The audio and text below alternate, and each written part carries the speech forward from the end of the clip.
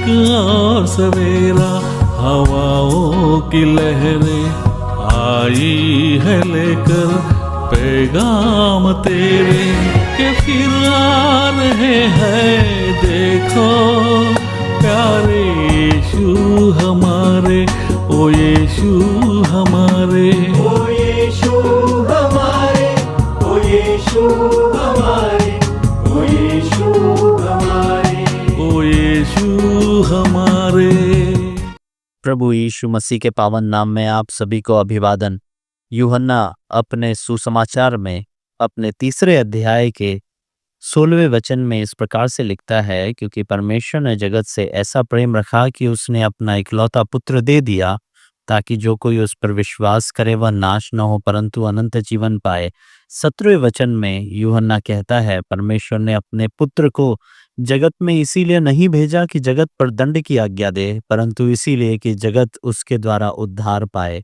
परमेश्वर जगत का उद्धार करने वाला परमेश्वर है। परमेश्वर ने जगत की सृष्टि, उसकी रचना इसीलिए की कि मनुष्य के द्वारा अपनी महिमा, अपना प्रेम, अपना जो सामर्थ है वो जगत पर दर्शाते हुए उस संसार के साथ में जो उसके हाथों की कारीगरी है, परमेश्वर अच्छा व्यवहार और अच्छा संबंध रख सके। परमेश्वर ने मनुष्य को इसीलिए नहीं बनाया कि वो पाप में फंसा रहे और परमेश्वर की संगति से या परमेश्वर के पहचान से दूर होता जाए, पर परमेश्वर ने मानव को इसीलिए बनाया कि वो परमेश्वर की पहचान में बढ़ता जाए। इसीलिए उत्पत्ति की किताब में हम पढ़ते हैं कि परमेश्वर ने मनुष्य को अपने स्वरूप में बनाया।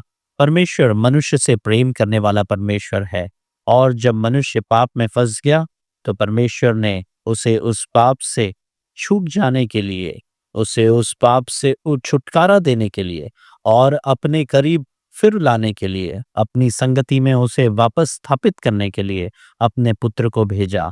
और हमने यूहन्ना के 3 अध्याय के 17वें वचन में उसी के विषय में पढ़ा कि परमेश्वर ने अपने पुत्र को जगत में इसीलिए नहीं भेजा कि जगत पर दंड की आज्ञा दे, परंतु इसीलिए कि जगत उसके द्वारा उद्धार पाए।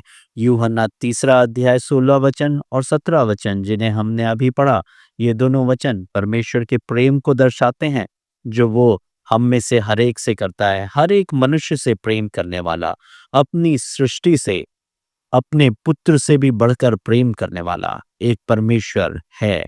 और उसने आपके लिए, मेरे लिए, हम सब मानव जाति के लिए अपने पुत्र को हमारे लिए दे दिया, ताकि हम उस पुत्र के दुख उठाने के द्वारा उद्धार पा सकें और परमेश्वर के प्रेम के भागीदार बन सके।